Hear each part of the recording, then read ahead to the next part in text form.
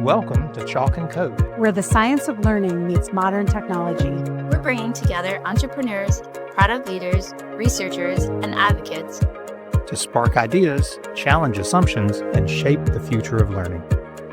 Welcome to Chalk and Code. It's my pleasure to introduce Kiera Peltz. Kiera is the founder and CEO of the Coding School. Kiera launched the Coding School from her college dorm room when she was 19 with a mission to democratize access to emerging technology education. And today, her programs reach more than 50,000 students across 120 countries. Her background spans the White House Innovation and Technology Team, Global Experience and Happiness Economics, and a prestigious academic fellowship. Kiera's leadership sits at the intersection of education, technology, and equity, making her a powerful voice on how we prepare the next generation for a rapidly evolving future. Thanks for joining Chalk and Code, Kiera. Thanks for having me, Jill. We're so excited that you're here. First of all, I would just love to hear more about what happiness economics is and the connection to your work at the Coding School. Yeah, I get this question a lot, and my friends joke, how can you be teaching quantum computing to thousands of students and also have majored in happiness? And it took me a while to actually figure out that they really are connected by a similar thread. I grew up just thinking I was going to go into public service and work for the government. So all of kind of my internships and experiences through high school and college were leading me in that direction. I worked at local government, state government, federal government level, and really just felt like the government was the best way to make the biggest impact. But when I got to college and I started taking a bunch of political science classes, I just came home after my first summer.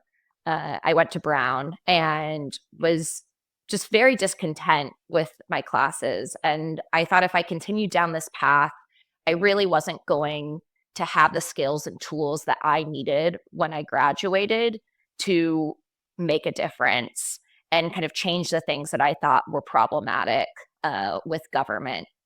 And so I spent the summer soul searching and thinking, what do I really care about? What matters to me? And I realized about halfway through the summer, it's not government that I love.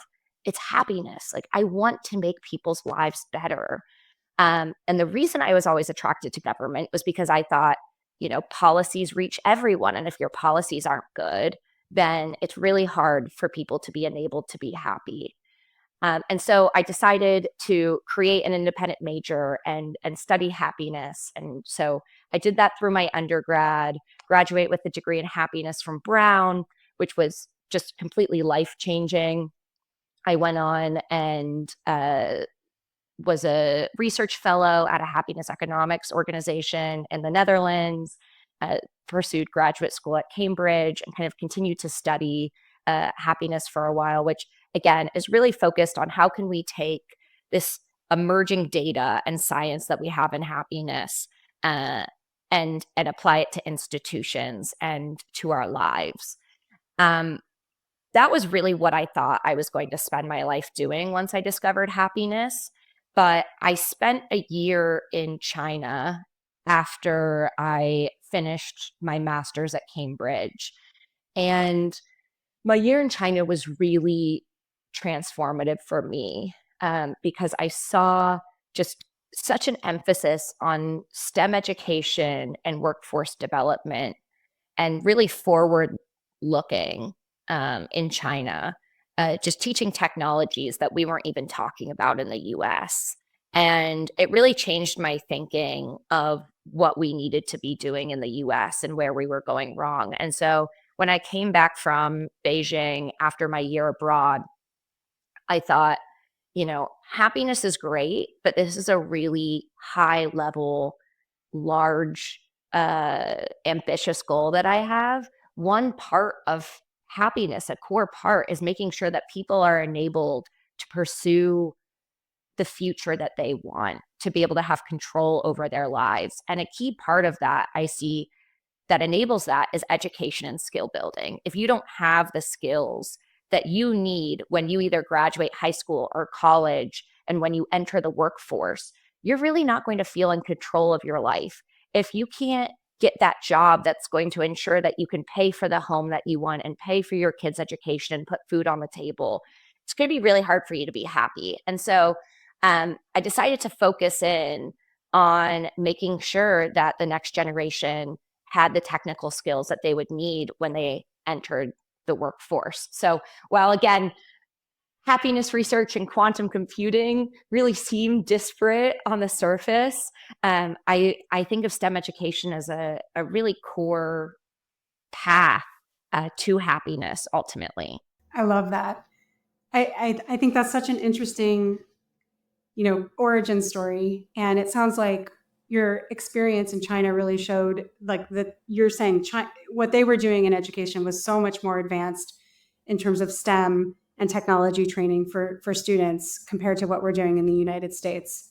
That's really a great revelation. And I love that you're doing this work. Within 20 minutes of you emailing principals about the coding school, you got a response from a middle school. How did that sort of early validation kind of shape your approach to building out your organization? Yeah. So, when I was 19, it's funny, at the same summer that I decided to major in happiness was the summer that I created the coding school. So that summer at 19, between my freshman and sophomore year, was a really critical time. And a part of that, I think, was just I was very open to seeing what impacted me. And so, I had this experience. I was at a conference in Russia that summer, and it was a really international conference. I think over 70 countries were represented. And I was sitting next to a group of Estonians who had mentioned that starting at age 7, it's mandatory. Every Estonian learns how to code. And because I had been really interested in policy up until that point, when I was flying back from Moscow, I started really thinking about our education system. And I'm a product of the public school system. My high school did not have any computer science classes I could have taken. Even if they had, I really don't think any of my teachers or my family would have encouraged me to take them. And I just realized that for a young girl like myself, because of our educational policies that didn't require computer science education, didn't emphasize this, I would be disadvantaged down the line, which I'd already experienced when I went to Brown. I was being turned down from internships left, right, and center because I did not have a background in computer science. Yeah. And so I had called a few of my mentors when I had gone home and said, I think we need to have a long-term coding program starting at elementary school and it goes through high school. Like, we need to treat computer science like a foreign language, because otherwise someone like myself is just not going to get it when I get to college. It's going to be too late. And I had firsthand experience already going through this. And I said, I would have needed to develop this fluency so much earlier on. And my mentors all said, this may be right, but you're not the person to do this. Like, you're 19, you have no experience in the nonprofit sector, you have no management or leadership experience. All you've done are internships. Like, take a year, write out a business plan, talk to a bunch of people, and then let's see if your idea is, validated in the next year. I sat there and meditated on this for about 20 minutes. And I was like, nope, I know this is what's needed. And I would rather go out and see if, school administrators believe with me on this. And then I can go from there. And if they don't, then I'll maybe question my idea. But I'm not going to wait a year. We need this now. We needed this when I was 7 years old. And so, I just decided to start emailing school principals. And like you mentioned, Jill, in 20 minutes, I got my first response saying, how soon can you come in and meet with me and the head of our PTA? And so that was when I was like, okay, I know I'm on the right path here. I know even if I don't have all the steps in place and the different components that are needed to create a highly functioning nonprofit or high impact nonprofit, I know there's at least the need, and I can work from there because, again, I know what I needed. And so I know what other kids are going to need, seeing it from now being a university student. Right. That's such an inspiring story. Can you just tell us a little bit about what the coding school is and how, like, sort of how do people find out about it? It sounds like you work directly in public schools. Do you work in private schools? Like, sort of, what's the model? Yeah, so a really big focus of ours at the coding school is access. My view is, unfortunately, there are very few K through 12 schools around the country or even the world that are providing the necessary high quality, in-depth technical instruction, again, necessary for the jobs of the future. So we as a nonprofit really specialize in making emerging technologies that we believe are going to change the world: AI, quantum computing, big data, accessible to students and educators. These are not necessarily technologies that are being used today, but we see on the horizon 5 to 10 to 15 years are going to be game changers. And if they're going to be game changers then or in the future, then we need to make sure students are being equipped with the skills now, because again, it's like a foreign language. It's something that takes time to build that fluency. We have kind of a number of different pathways for students and educators to get involved. We really try to create a pipeline of programs so we can meet students where they're at. We know every student is not going to have the same journey or want to, necessarily do the same programming or end up with the same results. So we have everything from 1 to 2 hour long workshops where we go into classrooms and after school programs just to introduce these topics and start to destigmatize them. Because again, when you hear quantum computing, it's really intimidating for a lot of people. And we want to start to be able to break that down for students and educators. We have summer camps that we run in person and virtually. We have semester and year-long courses, which that's really where we start to partner with schools and school districts, both public and private. And then we have a national research program for high school students where students can take the skills that they've learned previously in our courses and go into either a local lab at a university or work on a mentor-led research project by someone in industry over the summer. And then we have similar programs for educators to make sure that they're being equipped with these skills so they can be bringing them into their classrooms and making sure that they're reaching everyone. But yeah, we really try to make sure we are offering a wide variety of programs, that we're offering a wide variety of gateways into our programs so students can sign up independently for our programs. Schools can partner with us to offer our courses for credit. We'll partner with local universities to bring our programs on the ground. Really, whatever ways we can make an impact and make a difference, we're trying to make sure our programs can accommodate. That's great. What are the biggest challenges for maintaining equity and inclusion at that scale? I would say first and foremost is funding. As a nonprofit, our goal is to maximize impact, not profit, but we still need to be able to pay our employees and pay our instructors and keep our programs running. And because we're so focused on access and equity, it's really important that no matter how large our programs get, and we really focus on creating scalable models of delivery, but no matter how large those get, we really make sure that students still feel like it's a personalized experience and that they're getting the support that they need. So we have courses that in a given semester will reach upwards of 8,000 to 10,000 students. That's probably our largest cohort. All our courses are live. So there's a weekly lecture, a weekly lab, homework, office hours, a lot of different support mechanisms in place. And if a student doesn't show up for their lab, which we take attendance in every lab, that student and parent will get an email from us first. That's automated. But if they don't respond to that, they're going to get a phone call from one of my team members.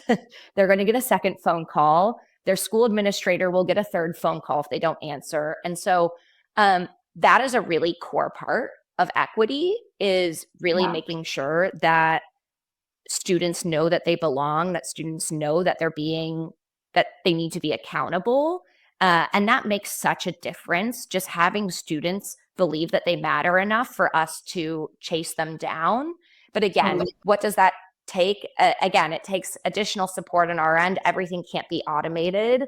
It's that personal touch of someone calling them and showing that like it mattered. We noticed that they didn't show up, even though this course has 10,000 students in it. And it's one of the reasons, over a 2-semester course like that, we have an average of an 85% retention rate for students coming into our programs. And that's just one of what I like to consider 1,000 different little interventions that we add into place for the access and equity to really come full on in our programs. And again, funding is core to that. I think the other aspect that we see just from a data perspective, when our programs are free, we have students from low income and under-resourced and disadvantaged backgrounds apply at much higher numbers than when our programs have a tuition. But also, even if we're emphasizing scholarships are abundant, just far fewer students are even throwing their hat in the ring. And so that's a point of accessibility and equity that I think is really critical, and is just hard. There's hard for us to add in any other interventions than just objectively having the funds to make the programs as accessible as possible. I think that there's other issues, and particularly in the US, and this was kind of my motivation when I first came back from China, was actually not even the programming that they offered in China, but was just the mentality, the cultural mentality around the importance of STEM education and getting trained in STEM. And that's a problem I still see that we have in the US. We're a global organization. Like you mentioned, we now have students over from 135 countries participating in our programs. And still, internationally, we do very little outreach. And yet, we are overwhelmed with applicants from the rest of the world. And yet in the US, we have multiple full-time outreach staff members who are trying to make sure our programs are inclusive, make sure they're representative of America. And we still have a really hard time making sure that students from all the backgrounds in America that we want to make sure are having these skills and being impacted are actually being reached and taking that initial step. And so I think that's an issue that, we can't single-handedly address, but I think is a big problem that just STEM education, and I have many ideas of why this is the case, but STEM education in the US is just not valued in the same way that it is in other places. And the opportunities that students in the US have just aren't appreciated and aren't recognized as so valuable like others from other countries seem to see it as. You mentioned, or you discovered that your female students and students of color were dropping out at a significantly higher rate. How did you identify that problem, and like what specific changes did you implement? You talked about just getting on the phone and calling students. Like, what kind of challenges are they facing that you can solve, and what are other challenges that maybe you have ideas of how in the future you could solve?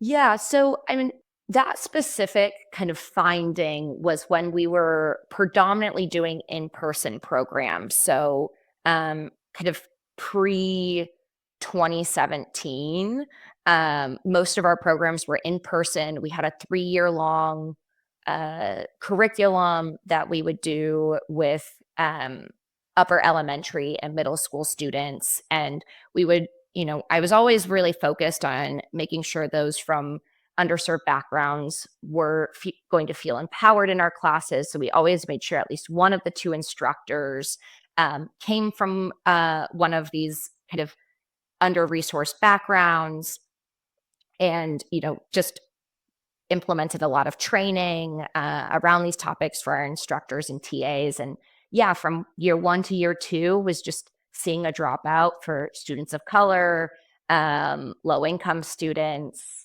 female identifying students, and same thing from years 2 to 3. And I went into a lot of the classes and just started to observe that the traditional classroom environment is not necessarily going to be the most empowering environment for everyone. And that was why we actually, in 2017, that was our first big intervention, made the switch to doing a lot more online computer science programming. I thought if we could get online, we could open up a much wider pool of qualified computer science instructors, whether those were software engineers in industry or undergrads from other universities. We didn't have that geographic problem any longer that we faced in the in-person of just like there's a limited pool of those that are qualified to teach or that are going to want to teach in addition to whatever they're doing. And I also thought if we can be doing online computer science education and we can be doing one-on-one and small groups, we can be making sure students from these backgrounds can be going at their own pace, can be picking a curriculum that really aligns and matters to them. And so they don't have to see computer science as just this like one size fits all, because it's not that. And even to this day, most students still see computer science as, oh, it's Java or it's Python. And if they aren't good at that, then they should just throw away learning how to code altogether. And what we found is a lot of students who have learning differences, or our female students in particular, some of them really didn't do well with Python. But when we introduced them to data science and they were able to pick data sets and topics that they were more interested in, oh, they thrived. And they said, you know, this is computer science too. And we're like, yeah.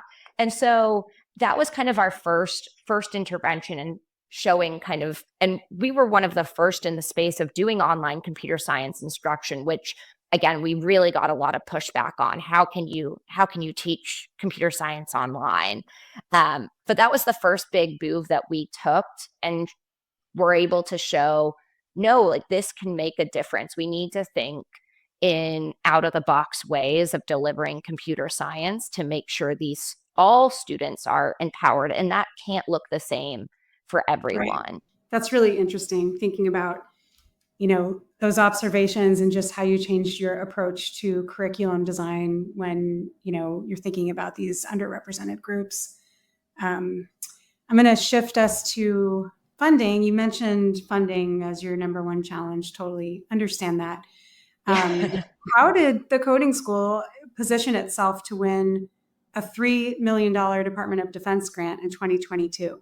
And sort of what did that funding enable that wasn't possible before? I think as someone who never planned on going into the education space, I feel really free to take really big risks because I think I'm not kind of held down, I think, by how things have been done or, you know, potential drawbacks of a certain model. So even again in 2017, when we switched to online computer science education, like I was willing to take that risk, even though I heard no's, because I thought, well, you know what, the chance it works is so much greater, the impact we could have, than if it doesn't work, then fine, we learn and we can go back. Like there's very little harm done.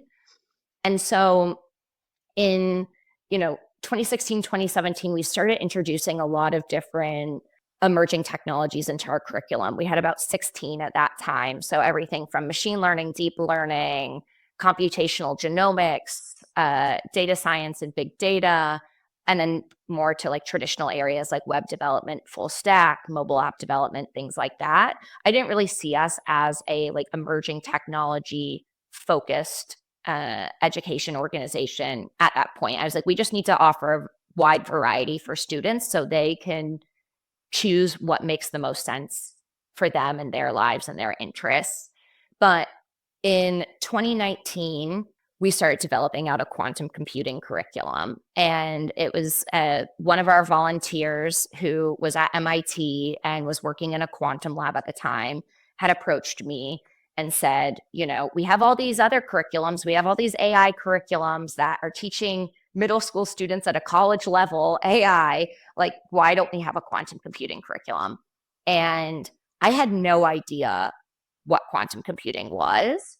So I asked her to explain it to me. And, you know, after about 2 hours of her answering all of what were pretty dumb questions. But as someone that didn't know, I had no idea that what this topic was. I said, yeah, you know what, we should have this curriculum. And so we built out, we were building out a textbook and a course to go along with it for high school students. And again, we got a ton of pushback because quantum computing really wasn't taught outside of PhD programs or a few elite undergraduate universities.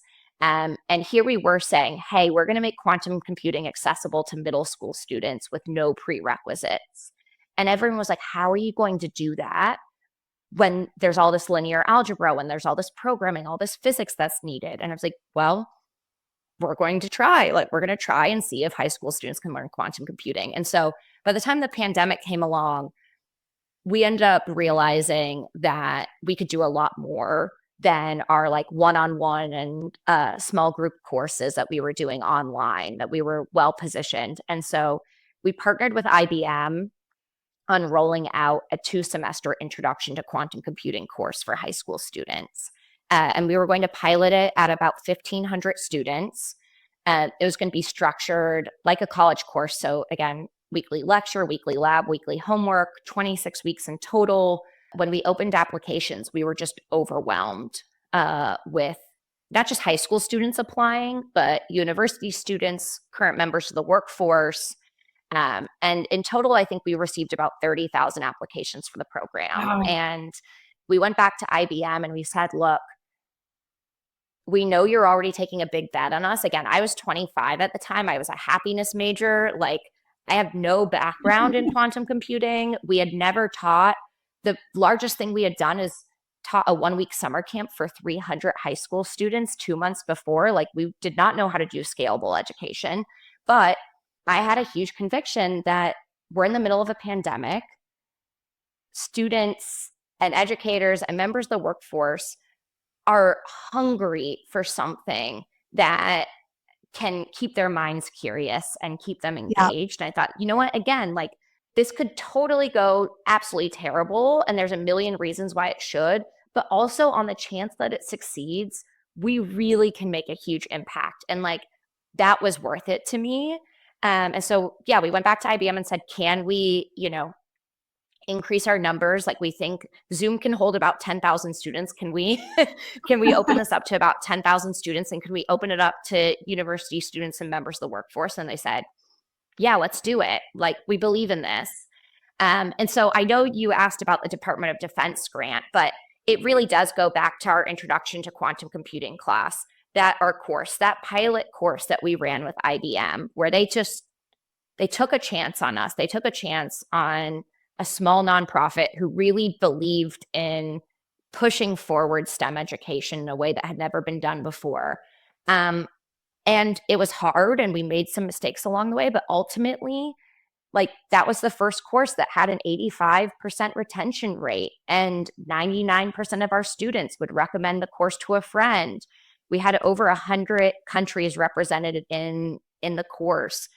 Some of those first students now, because they were high school students, this was, 5 years ago, are now starting PhDs in quantum and credit this course for why they're doing it. Our instructors now see some of the students from that first cohort at quantum conferences. And so we really saw just this incredible impact that we were able to have at scale, but we were still incorporating all the lessons that we had learned from doing one-on-one and small group computer science instruction. We were just applying that at scale.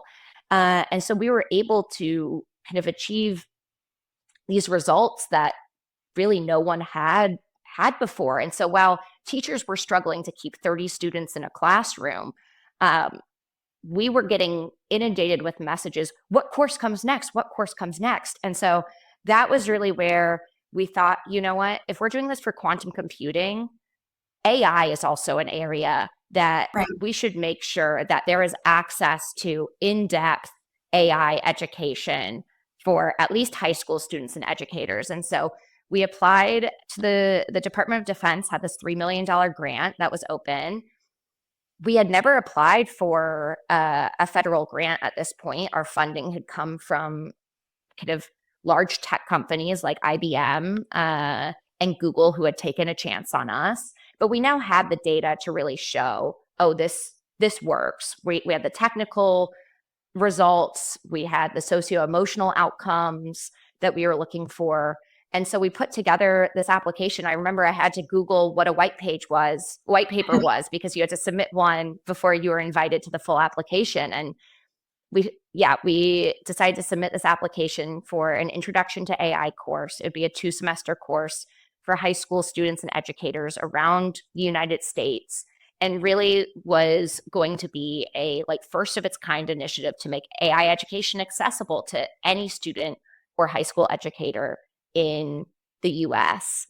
And we were fortunate enough for the Department of Defense to believe in us and take a chance on us. And we really had a lot of the same success that we had with our quantum computing course. So it was really exciting to kind of see these two different types of institutions. One, the Department of Defense, this federal organization, and another big tech who kind of likes to go out and break things. They have very different ways of kind of tackling problems, but both kind of arriving at the same idea that we had, which is we need to really innovate if we're going to make any changes in K through 12 STEM education. Wow, that's such an incredible story. I love that. You kind of touched on, having some students who are now in PhD programs. Thinking about the coding school's mission and think around workforce development with your broader belief in creating happier, more equitable societies. Can you just tell us maybe a favorite story of a student who went through your program? We had a student who was taking our quantum computing course during the pandemic. And, again, we were having thousands of students in this course, and so I wasn't in charge of the emails or our correspondence with our students, but I still like to just go in and check to kind of get a pulse on what are some of the challenges that students are facing, and what to this, were there areas that, again, we could be making additional changes.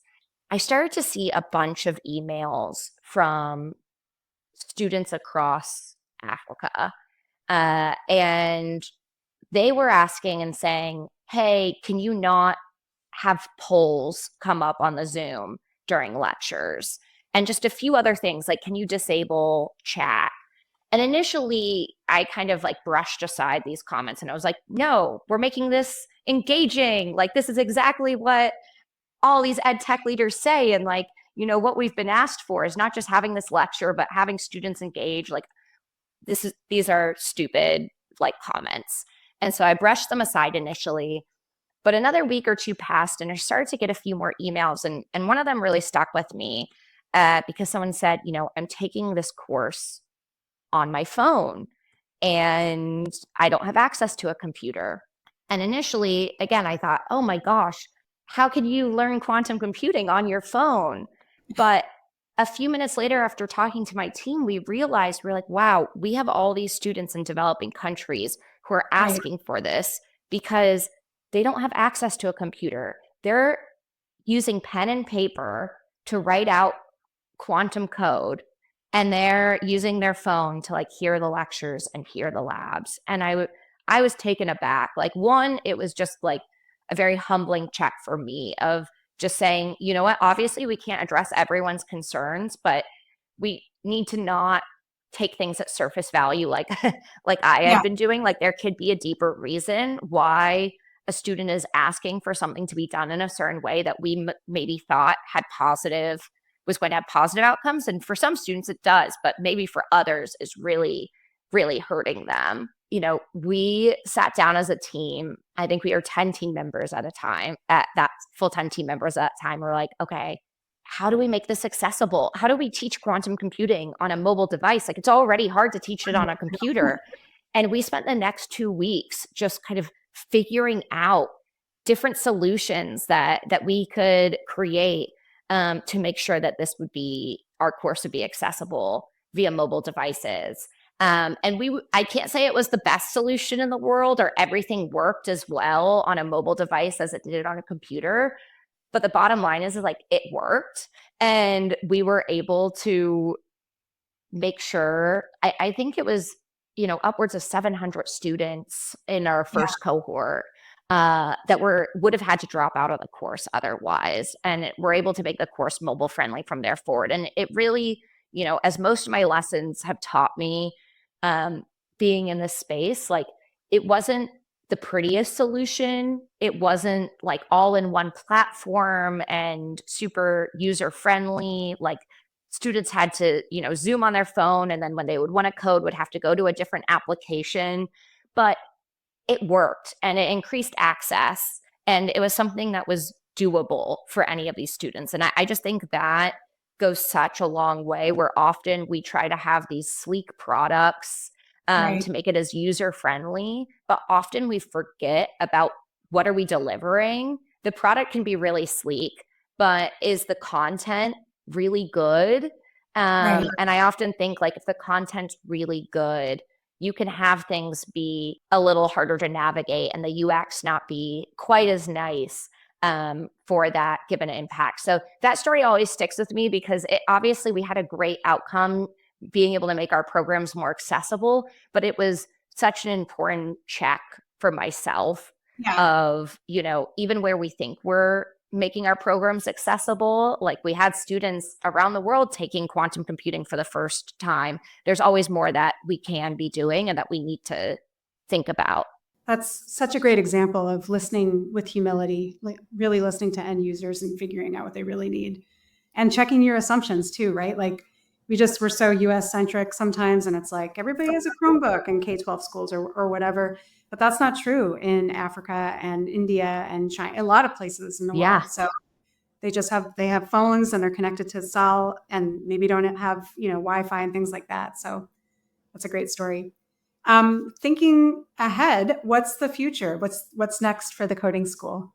I am really excited about where we're at as an organization, just because I think finally we're in a place where others are starting to really think about emerging technologies and the importance of teaching them.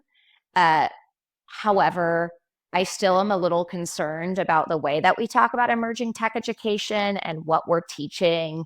I see a lot of really short introductory or awareness building efforts in AI and in other areas. And from our experience, we've really seen time and time again, like you can't just take an introductory Spanish or French lesson or Mandarin lesson and then go to France or China or Spain and be fluent.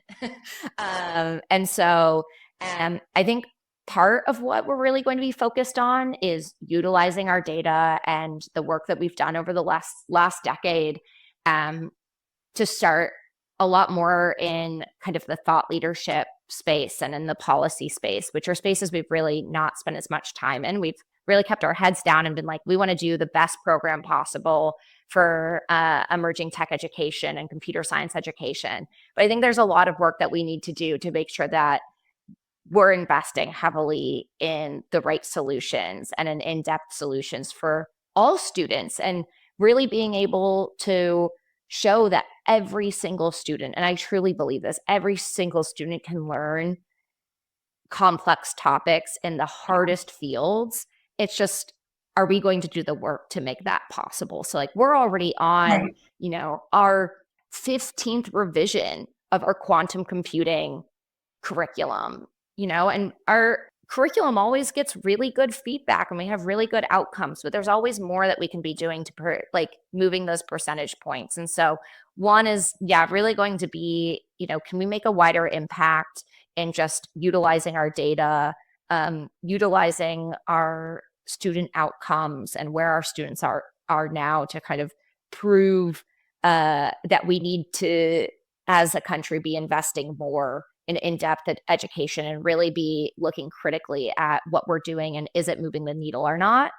And then second is just really expanding our offerings, both in terms of the fields that we're teaching in. Obviously, big data, AI, quantum computing are going to continue to be really important, but there are other areas, semiconductors, uh, biotechnologies, cybersecurity at the intersection of all these other emerging fields that students and educators should also have knowledge and skills in. So really expanding and broadening the fields that we're introducing and teaching. I would love for the coding school to be kind of the one-stop shop for educators and students who want to develop out foundational skills in these areas to be able to come to us and be able to learn kind of along all these different topic areas, and then really being able to continue to expand our reach. So, I think we're at around 60,000 individuals that we've reached directly, far more that we've impacted by training,